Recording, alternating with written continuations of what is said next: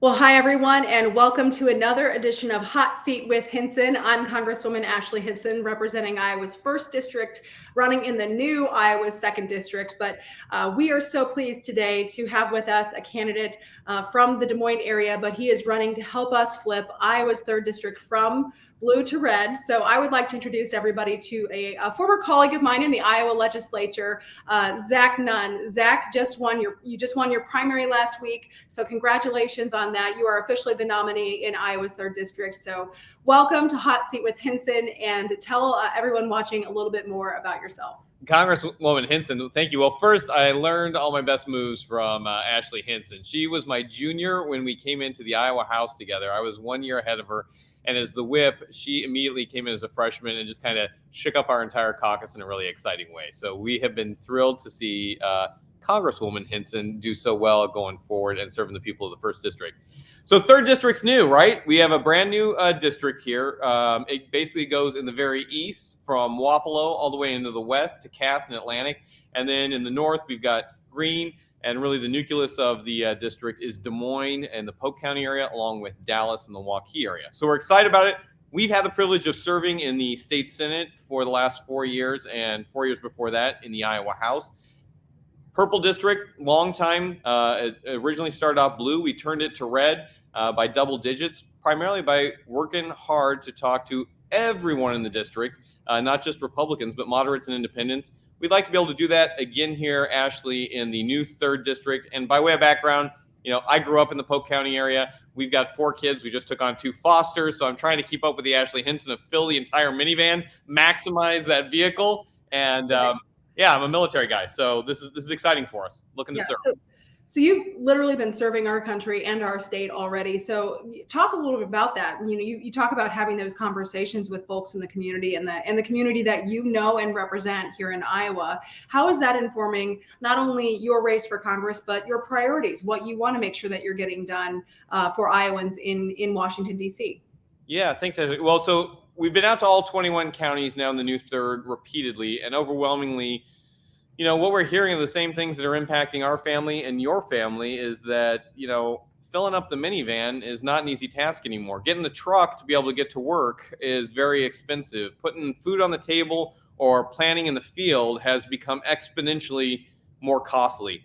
And I think a lot of people are very hurt by this personally, and it doesn't matter what political party you're from. This is a $5,200 a year cost to Iowa families. And increasingly, I hear, what works in Iowa, what you help lead with one of the largest tax cuts, what we passed again here this year with the largest tax cut, put billions of dollars back in Iowans' pockets, and they invested that in their family, in their Main Street, in their business, and they grew the economy. Versus kind of what's happening in Washington, D.C., where we see trillions of dollars being spent that gets blasted out, but doesn't ever really get invested in a community in any time, but drives up the cost of everything else for everyone else. That's the issue. We are here loud and clear that it's about how do I best take care of my family. DC is making it harder. Let's do more what Iowa does and make it better. Yeah.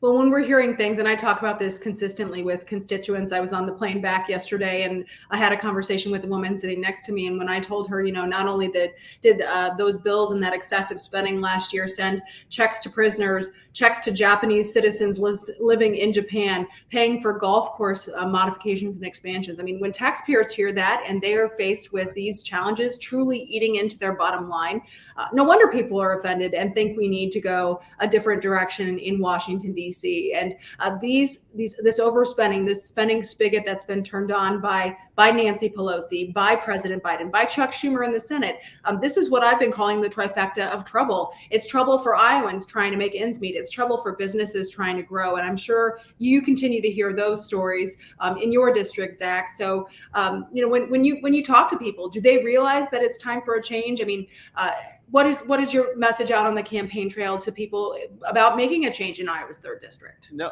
Ashley, you're absolutely right. And so whether you're talking to soccer moms or tractor dads, the reality is that people are feeling the pinch in their pocketbook and they're feeling it at their dinner table. One of the biggest things that we are hearing from folks is there's 70% of the things we all agree on. Let's focus on that and move something forward. Most importantly, what we are sharing and hearing from folks is it's not just about winning in November, because Iowa's 3rd congressional district is now the #1 pickup seat at present for winning back a majority in Congress. And this isn't just to win, it's win to serve and actually get some legislation passed that's helpful to families, but also to hold the White House accountable for what they've done in the last 2 years. You look at the last 18 months, where we were then with gas prices, with the growth of the economy, with pensions that you could retire on if you're a retiree. We've gone completely the opposite direction, both in the economy, but also on everything from our national security, which is important to you and me, our border security, which is in our face every day, and our abandonment of literally Americans in Afghanistan, but also people who want to come to this country the right way, do great things for America, who aren't being let in, but will let 2 million individuals come in with no check whatsoever. That's a hardship on everyone. They want to see pragmatic results come out of DC, not more of this partisan bickering. And that's for people of all political stripes. Nope, I agree with that 100%. And unfortunately, you talked about accountability and how important that is.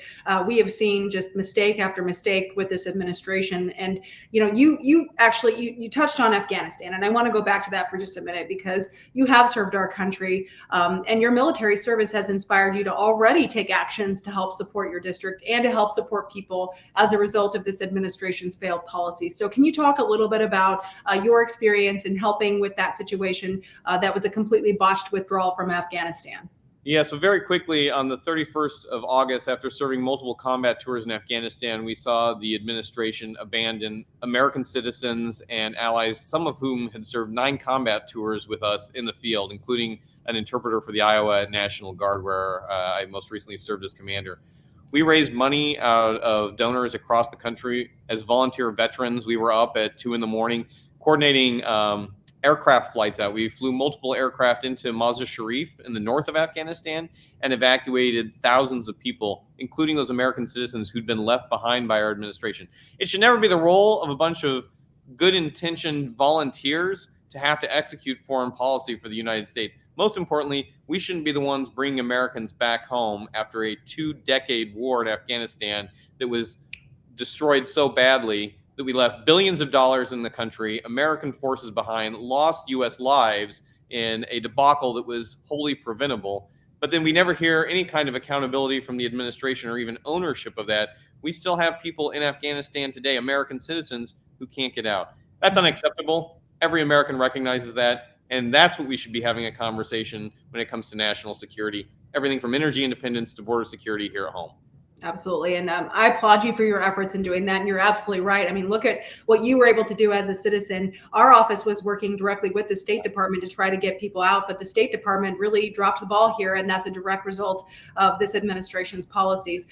Top generals were telling the president, don't execute in this way. It's going to result in loss of lives. And now we have the Taliban that's emboldened. And that sent a message around the world, too, right, about how our foreign adversaries are emboldened because they know we are weak on the global stage. So I look forward to having you as a colleague in Washington, D.C. Team Hinson is 100% behind Team Nunn, and we want to make sure that we can, again, hold this administration accountable. And just, you are obviously so experienced and so talented, and thank you so much for your service to our country already. I look forward to, again, having you as a colleague so that we can help make sure we fire Nancy Pelosi in November and restore some Iowa common sense to Congress, which is what we absolutely need to do. So again, we're 100% behind you. Everybody watching today, I'm sure, wants to learn a little bit more about you and how they can engage with your campaign. So can you tell people watching where they can go to get some more information? Please check us out, Ashley. Our website is zachnunn.com, ZACHNUNN.com. Ashley, I want to thank you and your entire team, not just for what you do for Iowa in your service, but what you do incredibly well as a mother, as a wife, and just being able to run an entire team. You're an inspiration to us, but most importantly, I know you're fighting for the right reasons. We here in Iowa, check us out on our Facebook page. Please get into this fight. It's too near and dear for us to not be involved in making America's next chapter so much better than where we are right now. And all of us have the opportunity to do it today by either supporting, getting involved, helping out candidates like Ashley, myself, and most importantly, making sure your voice is heard so that you and your kids can have a brighter future. We're very grateful for it. Thank you for your service. Yeah, well, we know what's on the ballot in November, Zach, and it's Iowa values, which I say this all the time, Iowa values are Heartland values, and Heartland values are American values. And that's what we have a joint effort in fighting for. And I know you believe this too. We know our country is worth fighting for our next generation and beyond. So it's such a pleasure. It's been a pleasure to serve with you in the Iowa legislature. We can make it 4 out of 4, right? Because 3 out of 4 of us right now serve together in the Iowa legislature. So let's make it 4 out of 4 and make sure we flip this seat red in November and fire Nancy Pelosi. So let's elect Zach Nunn to Congress. Thank you, everybody, for joining us for Hot Seat with Hinson. We'll see you again soon.